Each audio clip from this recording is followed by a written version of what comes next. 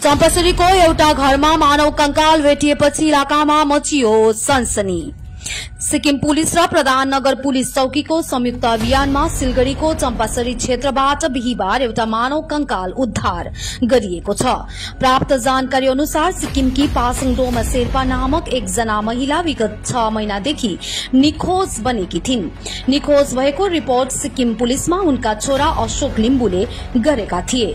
महिलाको खोजी गर्दा परिवारका सदस्यहरू चिन्तित बनेपछि पुलिससित मिलेर खोजी गर्दा उक्त निखोज रहेकी महिला पवित्र नगर चम्पासरीमा बस्दै आएको पुलिसलाई खबर प्राप्त भएको थियो।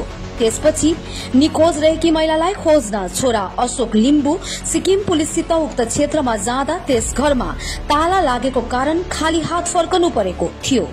आज 26 जुन बिहीबार पुनः बिहान ती निखोज बनेकी महिलालाई खोज्न परिवारका सदस्यहरू प्रधान नगर पुलिस चौकीको सहयोगमा त्यस बन्द रहेको घरमा पुगेर घरको ताला फोडेर अनुसन्धान गर्दा मानव कंकाल फेला परेको देखेपछि उक्त निखोज रहेकी महिलाको हुन सक्ने प्रारम्भिक अनुमान गरिएको छ। यस घटनाले सबैलाई अचम्बित बनाइदिएको छ। यस घटनाले इलाकामा सनसनी मचिन पुगेको छ।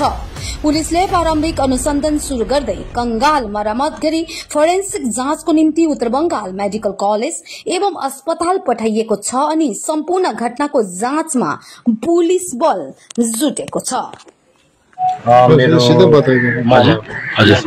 के थियो घटना, के थियो बताइदिनुहोस् न। घटना त के थिएन, जस्ट अब उहाँको वर्क प्लेसबाट मिसिङ हुनुभएको थियो। त्यस्तै हुँदाखेरि चाहिँ हामी इन्भेस्टिगेसन चल्दै थियो। त्यसको आधारमा चाहिँ डिपार्टमेन्टको मान्छेहरूसँग र पुलिस डिपार्टमेन्टको मान्छेहरूसँग चाहिँ यहाँ आएको थियो। कति दिनको घटना यो भएको हो? यो एफआइआर लज जिडी लज भएको तकरिबन 6 मन्थ्स भइसकेको थियो। त्यो केही अब त्यो नहुँदाखेरि चाहिँ हामी आफै आएर खोलेर हेरेको थियौँ। उहाँ के काम गर्नुहुन्थ्यो कि हाउस वाइफ?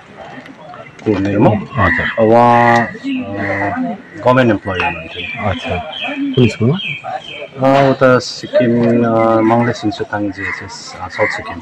अच्छा, 6 महिना भइसक्यो हराएको, अहिलेसम्म कुनै स्विको पाएको थिएन।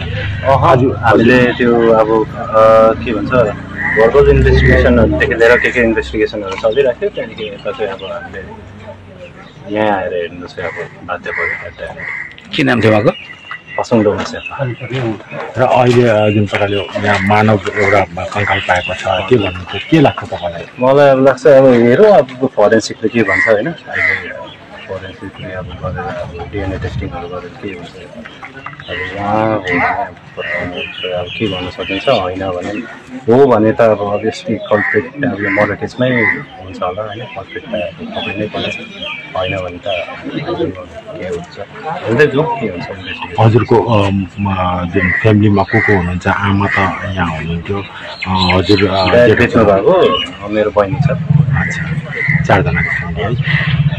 आमा हराएको 6 महिना बितेपछि आज जुन यहाँनिर मानव कंकाल भनेर जुन अनुमान गरिएको छ होइन, हजुरलाई के लाग्छ? म यसमा केही दिन सक्दिनँ अहिले। मेरो अब लेट्स सी के हुन्छ। हजुरको नाम? मेरो अशोक लिम्बु। म यहाँ बसेको 10 वर्ष भयो। के भन्नुहुन्छ यहाँनिर मानव कंकाल भेटियो भनेर जुन?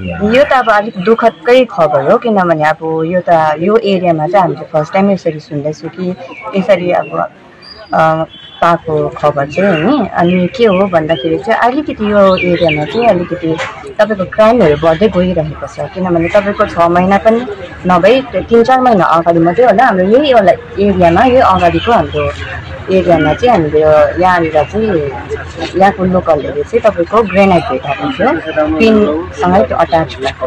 तर अहिले हाम्रो यो कति महिना पनि अबतिर हामीले यस्तो खबर सुन्नु पाउँदा चाहिँ एकदमै दुःखद लाग्छ हाम्रो किनभने हामी यो एउटा जग्गाको बसिन्दा हो है। यो जग्गाको बसिन्दा हुनको कारण चाहिँ के हुन्छ, हामीलाई सेफ्टी एउटा चाहिन्छ। तर अलिकति अब यो सोच्नु पर्ने नै एउटा माध्यम भएर गएको छ। हजुर यहाँ सुन्नुमा आइरहेको छ कि उहाँहरू चाहिँ सिक्किमको हुनुहुन्छ कि अनि हामीले पनि त्यस्तो खबर त थिएन किनभने हामी अलिकति चाहिँ 2 गल्ली उता छ अब यहाँ सिलिगुडीमा चाहिँ के हो भन्दाखेरि एकाअर्कामा त्यस्तो तपाईँको हेनदेन हुँदैन हामी पाहाडहरूको जस्तो होइन अब देख्नु चाहिँ देखेको चाहिँ थिएन यहाँको को बस्नुहुन्छ त्यो चाहिँ देख्नु चाहिँ देखेको थिएन अहिले पनि हामीले चाहिँ खबर सुनेर मात्रै अब एउटा गाउँको एउटा दायित्व अब रेस्पोन्सिबल सिटिजन भएर चाहिँ हामी यसो के हुन्छ कि कतै हेल्पफुल हुन्छ कि भनेर चाहिँ हामी आइदिएको धन्यवाद।